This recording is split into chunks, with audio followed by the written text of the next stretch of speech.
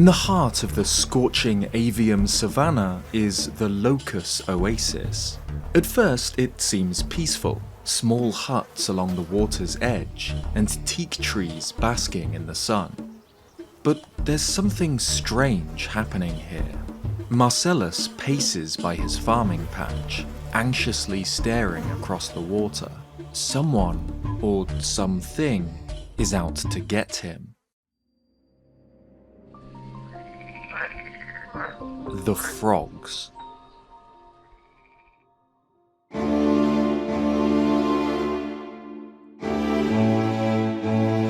This is a story of political sabotage and workers' rights, of a close call with world annihilation, and of the greatest terror Gielinor has ever known, a monster feared as the Lord of Dread. This is the Ribbiting Tale of a lily pad labour dispute.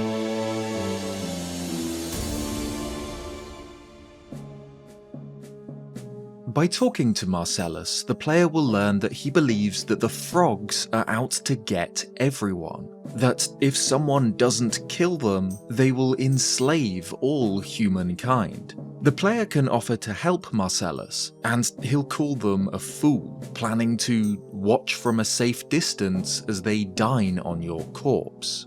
On the other side of the oasis, two blue frogs are gathered. Only the cool, still waters separate Marcellus from those who would do him harm. Against the farmer's warnings, the player can approach them, and they'll say hello. The player is, at first, surprised at this, but after the frogs explain that this is a world where giant lizards with wings fly around and expel highly combustible fluids from their throats, they decide that it makes sense. The blue frogs introduce themselves as Sue and Gary, and the other frogs as Dave, Jane, and Cuthbert.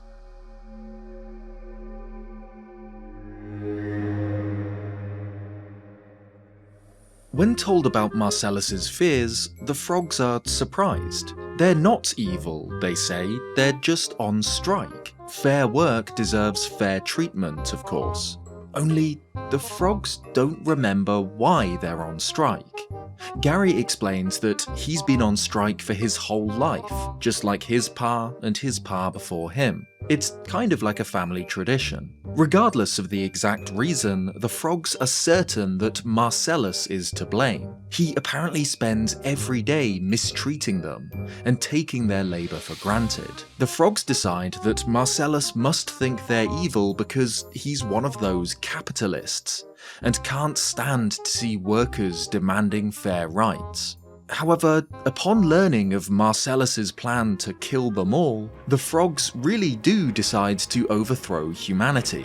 They've been treated like second-class citizens for too long, and the revolution starts today.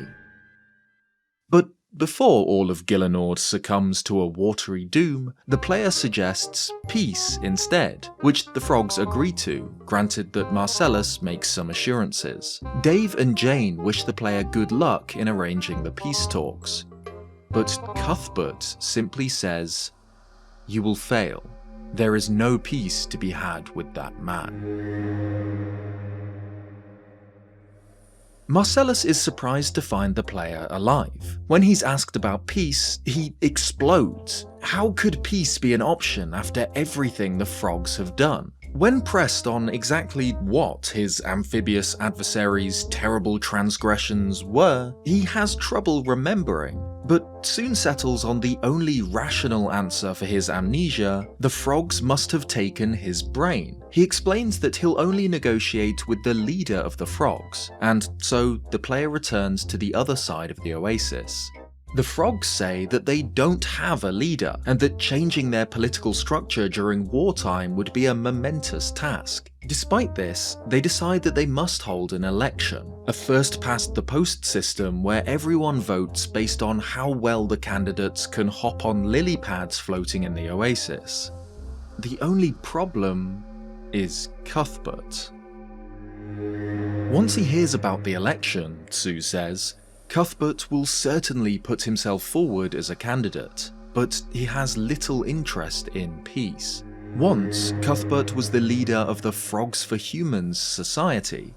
He loved humans, but after what they did to his favourite plant, he changed. It seems we are to have an election. Know that once I win, our war with humanity will be unlike anything ever seen. You should go. Go and be with your loved ones. Hold them close while you can. Soon you will never have that luxury again. Cuthbert must be prevented from winning the election, at any cost. So Sue hatches a devious plan to sabotage Cuthbert's lily pad before the contest. Dave and Jane are sticklers for the rules and are stationed right next to the lily pads, so the player must distract them with a juicy orange. Apparently, they normally eat flies, but sometimes fancy something more exotic. With them distracted, the sabotage can take place, and so the election can begin. The competition is between Sue and Cuthbert, and the stakes are high as the future of the entire world is at stake. Everybody holds their breath. Sue jumps and sticks the landing. Perfect form. Next is Cuthbert. He jumps and sinks. He's dead.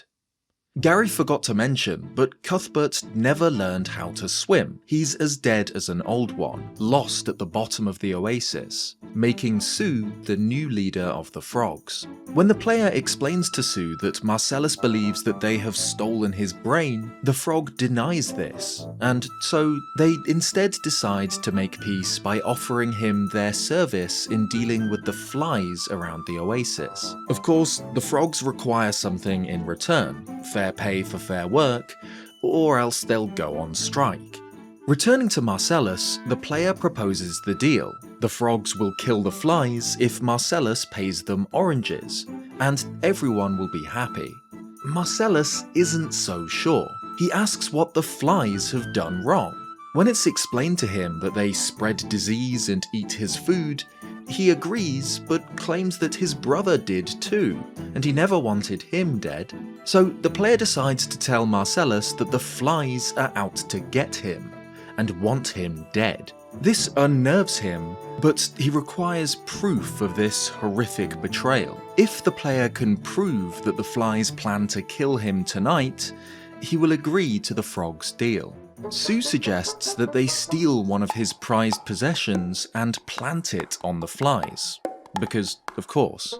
Inside Marcellus's home is a chest, probably hiding whatever he values most in the world. But it's locked with a 5-letter passcode lock, so more information is needed. But the player needn't look far. Beneath his bed is a letter. My dearest Nalia, as I gaze into the night sky, the stars shine like diamonds, reminding me of your radiant beauty. Over the years, my love for you has only grown.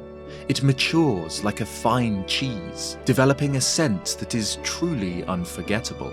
I pray to Ralos that we will soon be united, and I also pray that this letter is not mysteriously lost like the last 28 I sent. Forever yours, Marcellus. Inputting the name of Marcellus's lucky lady, Nalia, will open the chest, revealing his most treasured possession, a gnome child plushie. Gary suggests shoving it in the nearby pile of capybara dung the flies gather around. The player replies, "Pooh, how wonderful," and squashes the plushie into the heap. But as they do, the impossible happens. From the depths of the oasis, returned from the brink of oblivion, rises Cuthbert, Lord of Dread.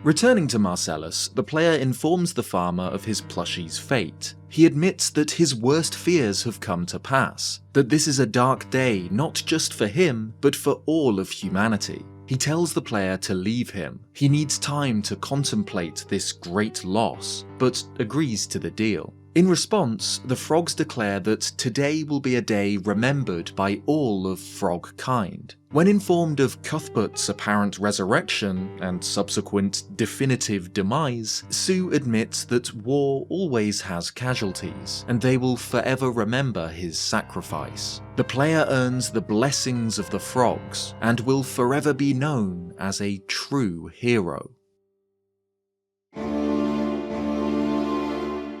And so, peace returns to the Locust Oasis. Under the baking sun, the frogs eat flies and gorge themselves on oranges. Marcellus tends to his farming patch, finally at peace with the knowledge that the flies cannot harm him while he has the protection of his new allies. One of RuneScape's deadliest conflicts has come to a close. The great human-frog war is over. Nobody will ever know that this peace was built on a foundation of electoral fraud, theft, and frog slaughter. Humanity has been saved, though they'll never know it. The beggars in the streets of Vordt, the soldiers in the square of Civitas Illafortis, the farmers in the fields of Husidius, all of their lives have been spared from the wrath of Cuthbert, Lord of Dread, the tyrant who would have enslaved the people he once loved.